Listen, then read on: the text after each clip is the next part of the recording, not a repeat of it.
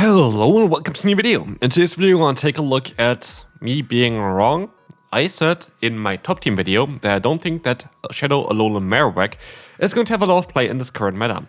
And we're going to take a look here, of course, at the new Great League Remix Cup, which is generally speaking a very fun cup to take a look at, and I would assume it's going to have similar popularity as the Open Great League, because like it's very close to each other, just like 20 Pokemon a band here, which I think is such a great concept, by the way. I hope that they do this also maybe for Master and Ultra League. I would love to see this just generally basically as a common thing for all three leagues every season. I think that is such a cool cup. I love this cup. It's always different because it's always different Pokemon being banned, and it's based on what this season is really having as their main meta Pokemon. So for me, if anybody from Niantic or then Scopely watches this stuff here, please make more of them. This is one of my favorite types of cup. They are always fun. There's never like one of them where it's not fun. You just have Great League with different Pokemon all of a sudden, which is so cool. I would love to see the same for Ultra League. I would love to see the same with Master League. Just ban every single time 20 Pokemon. I know we had like Ultra League with 10 Pokemon before. I would still just ban 20 Pokemon and you have a different meta, more fun, and it's just enjoyable. Anyway, yeah, I forgot about one big matchup here with Marowak, which, yeah, I should have not forgot, and that's Tinkaton. Tinkaton is such a good matchup for Marowak that I completely forgot that this Pokemon has so much play here in this meta. By the way, Scaldurge, I would assume it's going to have a lot of play here as well, but Marowak was honestly such a good Pokemon to run. I went way positive with this team. I think I went 8-4 with this team. I think that's what I want to do. Like, I think I have every battle in here anyway, so you should see the results here anyway. There most likely going to be a lot of like tiny cuts here in this video, by the way, because there's work going on directly in front of my window, so sorry about this. But anyway, let's take a look here at the team itself. We're going to have Pangoro, Grumpy Core. If you saw my early videos of the season, you saw me saying that this is one of my favorite cores, generally speaking. And it's allowed in this meta, which is kind of ridiculous because it's such a strong core. It works out basically perfectly together, and it baits out the Pokemon that you don't want to face with your, with the Marowak in the back, yeah, the Shadow Marowak. Here, I made a mistake. I went for the charge move earlier. I could have actually knocked out the Primeape in time already. Now I have to improvise, catching the close combat onto my Marowak, which, again, I could have avoided all of this if I just went for the Dynamic Punch or the Shadow Ball a bit earlier, but I tried to do basically perfect timing, and that kind of more screwed me up. But as we will see, I can still go for a Bone Club. Bone Club got buffed like 2 seasons ago, doing so much more damage now. Fire Spin got buffed a few seasons ago as well. And if you're wondering, why are you not running Hex? I feel like in hindsight, I should have went for Hex. The benefit here of not having Hex and having Fire Spin is different types of damage. And Fire typing is generally a very good offensive type. And for example, against matchups against like Pangoro, for example, you're just going to do a little bit more damage. And I do think actually Fire Spin is better for this team. Here again, like another matchup where Fire Spin is going to be better for us, but we have to kind of try to realign. This was actually the first battle that I think did with this team, where I got completely hardwalled, and funnily enough, I might take a look at the same team that the opponent runs here as well in a video eventually on the channel as well, because after I battled them, I was like, I kind of want to try out that core, because they have here the Greninja and Tropius core. And trust me, that was a good one, but again, there's going to be a video explaining more about this team here as well eventually on my channel, so definitely stay tuned for this one. But Greninja, honestly, really good in the current meta. Greninja, a Pokemon you should definitely give a try for this meta. But yeah, they're going to get the attack boost here, and this completely shifts the entire matchup. Why? Because what I would have done here is I would have no shield and just farmed them down. Now I can't do this anymore. I can still farm them down, but I have to shield. And yeah, I stored 2 moves here, hoping that there's something in the back that I can deal with. I would have had a shield here still with my Marowak against the Quagsire. I most likely still would have lost though, but I would have been definitely very close. I don't know, maybe I actually would have won this battle if not for the boost. Of course, the boost is part of the game. I'm not going to be like complaining about how the opponent got a boost there. Yeah, is it unfortunate? Absolutely. They went for 2 or 3 actually. I think 3 Night Slashes there or something. So eventually you're gonna get it. Like, it is what it is. When I played the team that you just faced as well with my Greninja, I barely got a good boost. I think I got 2 boosts total. Here we're gonna see the Shadow Ball coming through from the opponent. We can go for the Shadow Bone though against the Grumpig. We're actually undercharged because, yeah, I want to add a little bit more energy, which works out really well for me here. We see who is coming in next. It is going to be Oh, the opponent's Pangoro again. We can go for a Bone Cup here just to try to get the KO against the opponent or to go for a lot of damage here, which is also kind of cool. We actually knock them out before they even get to another move, which is funny, and they have the Claydol in the back. This is going to be a matchup that's going to be a bit tricky in the situation that we're in, because what you have to do is we kind of have to keep the shield here. I kind of want to keep the shield. I have the Rock Tomb here against us, and I think we're still going to be able to at least go for 2 Shadow Balls against the opponent, which is going to be fine. This is going to get the shield from them, and as we will see here as well, the opponent still goes for another charge move. And this is exactly what I kind of want, because I want to keep my shield for the Marowak, because I think Marowak is my way to go. And as we see, I can still get to the Shadow Bone, which is really nice. I don't need my shield, but this should be able to knock them out, and it does, and we can move on to the next opponent. Next up, we're going to have here the Corsola against us. This is going to be fine, as we are going to be able to now go for a Night Slash against the opponent. This is going to allow us to get a lot of damage against them, and we're going to get the attack boost right away as they're going to go into the Primate. That's of course something that we cannot just stay in here because they're going to do more damage than we do, but we can still kind of force a shield from them to try to catch a move onto our Grumpig. Didn't work out the way I wanted to, but what we can do as well is we can let the move go through, and we have to most likely double shield now here, but we're going to be able to get out of this matchup with a Shadow Ball stored against the opponent's Corsola, so it shouldn't be a big issue. As long as I go for the Shadow Ball against the Corsola. There is definitely going to be one of the instances where I went for a bait and it just really didn't work out.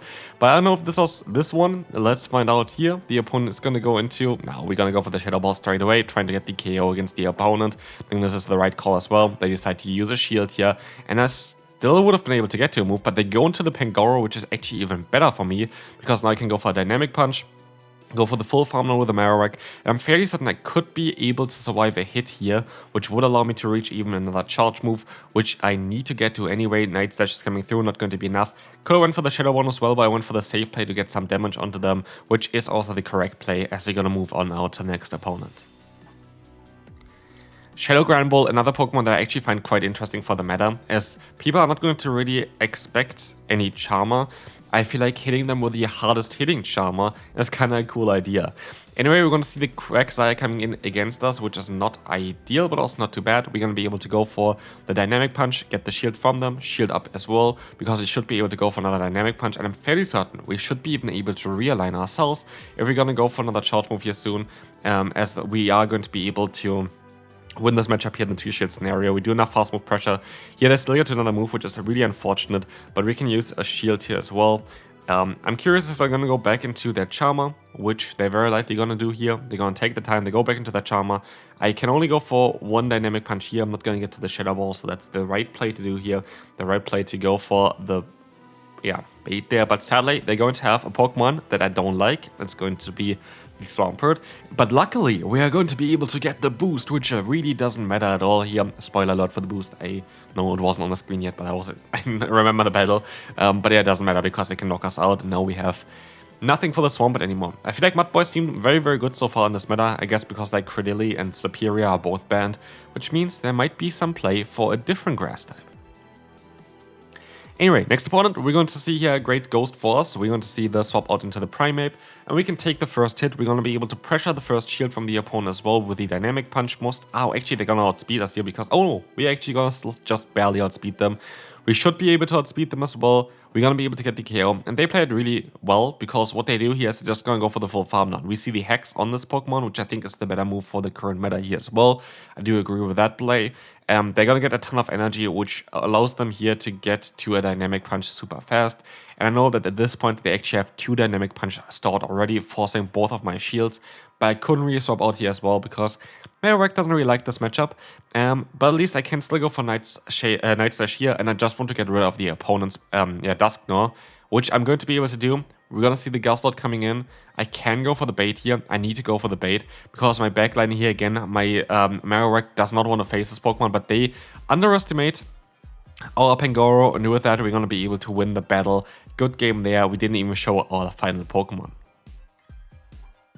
This showcase as well again on how overpowered actually core of Pangoro as well as Grumpig is, and yeah, we see it here literally. We're going to be able to go for the Night Slash against the opponent, against the Skuntank here as well. This is going to be an interesting matchup. It's going to be a bit of an awkward matchup. Why? Because Skuntank is actually really good against this team, But I'm gonna go for a ballsy play here, going for the close combat to try to get the KO. This works out absolutely amazing for us.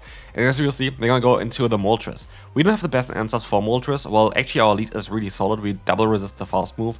We are already at -2 defense, and so we are kind of forced to swap out here eventually. And I just have to hope that they don't get the boost here with their ancient power, and luckily they don't. And so we're gonna go for the Shadow Bone here. We got them already low enough that we most likely would be able to fully farm them down even with our Grumpig. But again, it showcases here, we actually get the defense drop, which is 20% chance, quite rare. It showcases again on how nice the fast move of Fire Spin is in the current meta. And here I make a bit of a prediction. They have a Shadow Ball stored at this point, and I try to catch the move, but they didn't go for it. And this is going to cost me the battle, because now they have a Shadow Ball. I know that a Shadow Ball would have knocked me out. Their play would have been to go straight for it, but yeah, I could have maybe stayed in for one more fast move, but it is what it is. Good game there, well played by them, and we can move on to the next opponent. Like, the last battle was definitely winnable. It was just depending on a catch there, which just didn't work out. As you'll see here, Night Slash is coming through. We are going to have the shield coming up here as well from Pangoro. And as you'll see here, Dynamic Punch coming through, we're going to be able to use a shield. We should be able to go for close combats here as well. There's going to be the Diggers be coming in. They don't want to head here the close combat. Close combat is going to be able to do so much damage. We can go for the full farm down here as well with our Grumpig. And we can even take 2 hits here. I don't think that 2 Scorching Sands would be enough. They don't even get the debuff here as well, which is going to be lovely. We have the full farm down happening here. And let's see who is coming in. It's going to be the Grumpig again. I think I could have went for the Dynamic Punch here. I don't think I needed the Shadow Ball. But at the end of the day, we have 3 Pokemon against 1. It's going to be the Ferret. Here's the funny thing about Ferret. Fast Move is super effective here. Fast Move is super effective against my Marowak. But the cool thing is, Marowak is a hard wall for the charge move damage of the opponent. So what we can do is we can go into the Marowak here, force the opponent to go for all of their energy, basically. Go for our own Bone Club to try to get the final shield from the opponent. And as long as they are... Okay, they're actually letting the move go through. That kind of wins us the battle immediately. But I can just leave the shield basically for my Pangoro, which is the only Pokemon that actually is scared by the charge moves of Ferret. And so that's going to be it for this one. Let's take a look at the next opponent. Quite a few Dragonites here. I guess people just actually just don't really expect that any Charmer is going to be around in this meta. Where I do think people are going to be wrong. I think they're going to be some very good Fairy type Pokemon that you can still run. And so, yeah, we're going to see a Ferret coming in. And again here, that's going to be totally okay for us, as we will be able to go for the Dynamic Punch spam. We should be able to get to even another one here, I think, in time. But let's see. They might still survive one, though, because it's non-stab, even though it's a very hard-hitting, super effective hit. They might still be able to survive this one. But ideally, they're actually going to shield this. But they don't. But we are going to go down here. That's kind of annoying. I can go for the full farm down. And let's see what Pokemon is coming in next. It is going to be the Dragonite again. That's actually fine. We can shield, we can farm them down. Our fast move does more damage than the Karate Chop would have done. And so they would go down here and they reveal that they have Toxapex in the back. And this is actually, well, I'm a fire type, a very solid matchup for us, because you have super effective coverage here with the Bone Club. Bone Club got recently buffed and their fast move is resisted. And so what we can do as well is we can kind of force them to throw some energy against our Pangoro, which is going to be cool. As now, we still have our Marowak alive with a shield. They cannot really do anything about that. I can even go for another Night Slash here, which is lovely. I think I have a move start on my Marowak as well here still, which I can go for. Oh, actually no, I need one more fast move, but they didn't know that, and so we can win the battle. Second to final battle, again, another Dragonite. Yeah, Dragonite actually was quite common. This Pokemon is definitely a very good Pokemon in the meta as well.